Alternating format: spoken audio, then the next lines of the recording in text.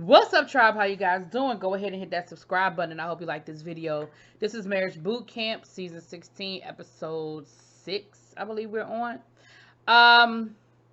So we're picking up with part 2 of the whole Bianca, Chose, should they stay, should they go? Now they wake up that morning and now Chose is the one mad because somebody done DM'd him saying that he was talking to Bianca and he got something going on with Bianca. So now the shoe was on the other foot and it don't feel so good and he's upset.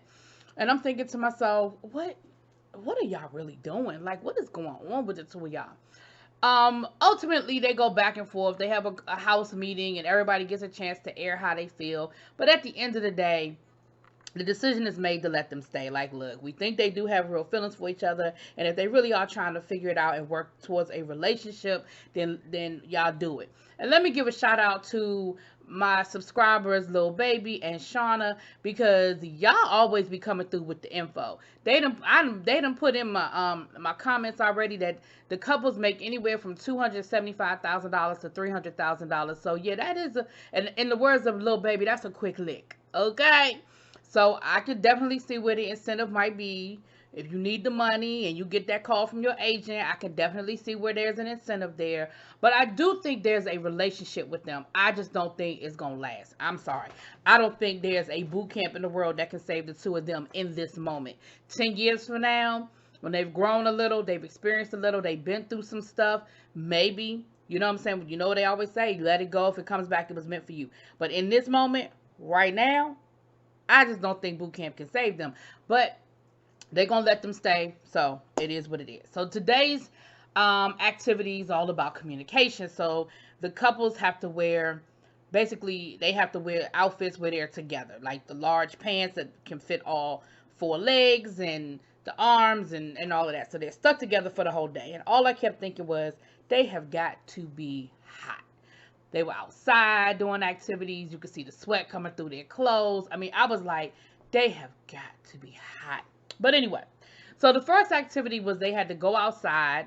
And once they figured out how to walk and everything and the things, but they had to go outside and they had to put together this puzzle. And each person had a different picture, which was connected to what Dr. Ish felt like was something they needed to focus on. Once they completed that, then Dr. Ish gave them an envelope for them to do the second part of the activity. And the second part of that activity was specifically geared towards what he felt they needed in that moment. So I'm going to be honest with y'all. I guess this is where the therapy situation kind of goes over my head, because to me it seemed like all the same shit. It seemed like they were doing different stuff, but it was the same ultimate goal, was that they had to figure out a way to talk to each other, to work together, to get to the end. But whatever. CeeLo and Sherry had to put together like a shelf. Ballistic and Jocelyn had to put together a tent. Michelet and Chef had to make something. They were in the kitchen doing something. Child. Brittany and Blue Hair Boy, they had to do a workout together. And I don't remember what Styles did. What did Styles P? Oh, they had to do something with clay, child.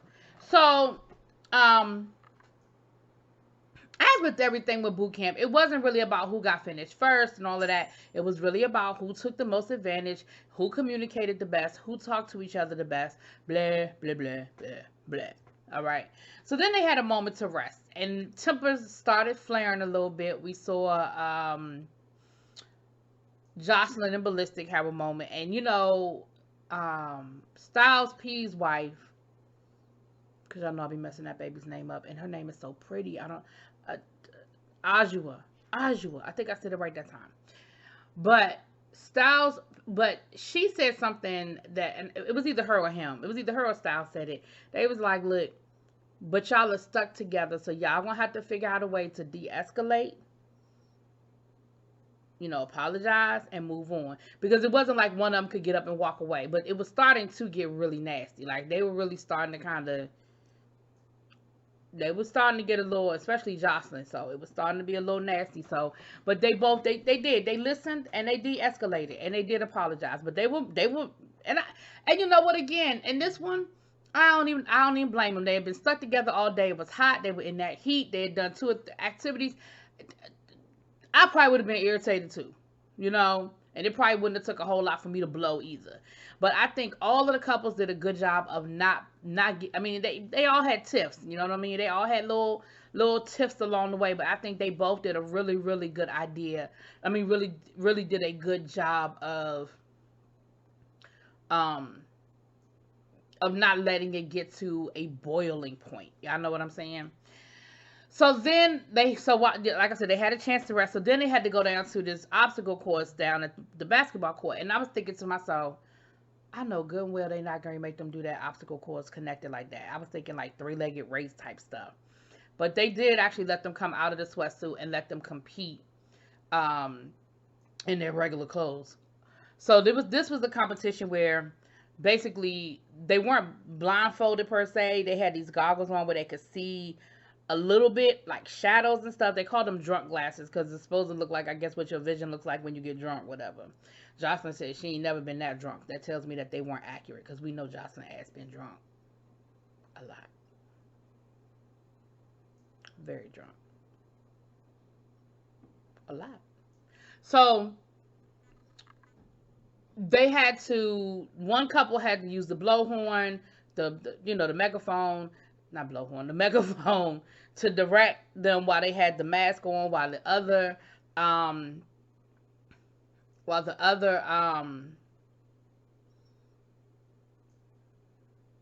other person ran it, and then they had to get an envelope and then switch places and then do the same, flip it. So the funny thing was that Bianca and Blueface actually finished first. But yeah, I know it's never about who finishes first. It's about who did the best job of communicating. And so the person who did the best job of communicating they said, was Jocelyn and Ballistic.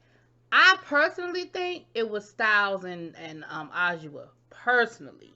But okay, whatever. But the person that did the worst was Michelet and Chef, which I totally agree with. They were horrible. They were just hard. Like, I really thought they were the fake couple because they were horrible. Anyway, so, and going back to the Jocelyn Ballistic thing, Jocelyn's biggest issue is that she cannot take the cue.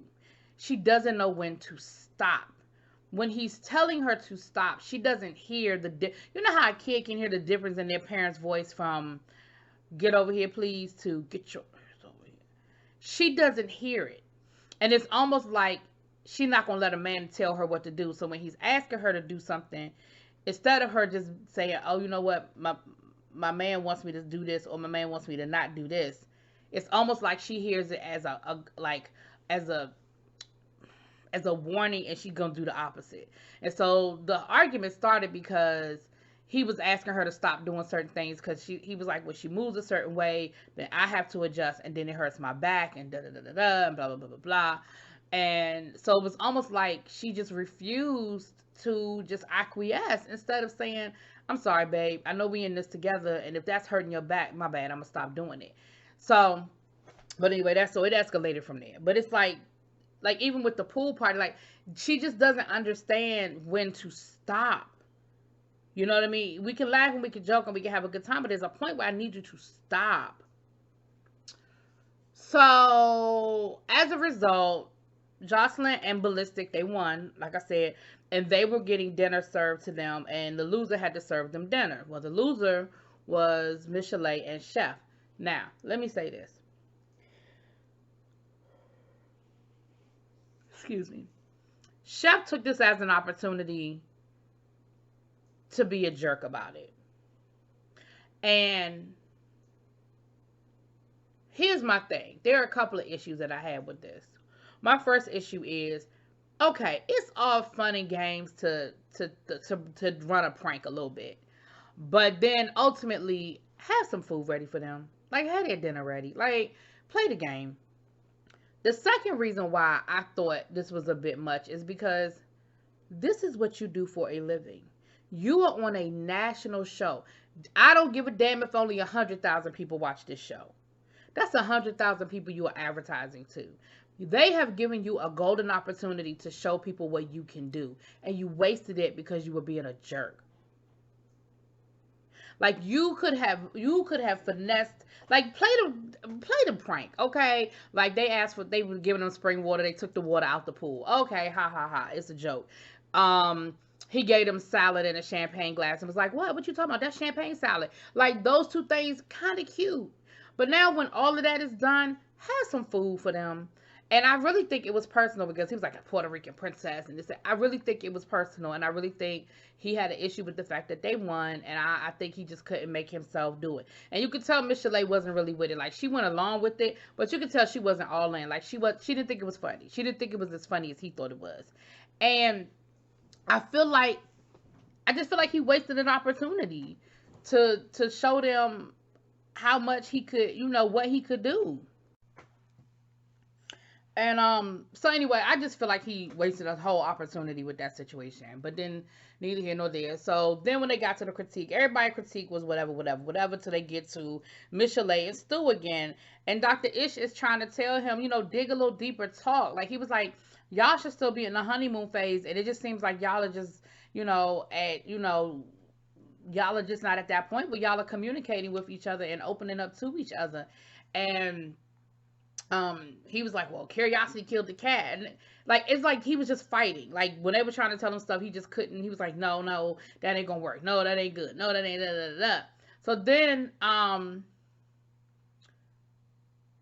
they just not having a good moment. Okay, Michelle ends up walking away from him or whatever. Then we have Bianca and Chosen still arguing about the DM she got, and he's still mad and she's still mad. So who knows what's going on with the two of them. So anyway, that's where it ended, y'all. Let me know what y'all think. Drop it in them comments. Peace.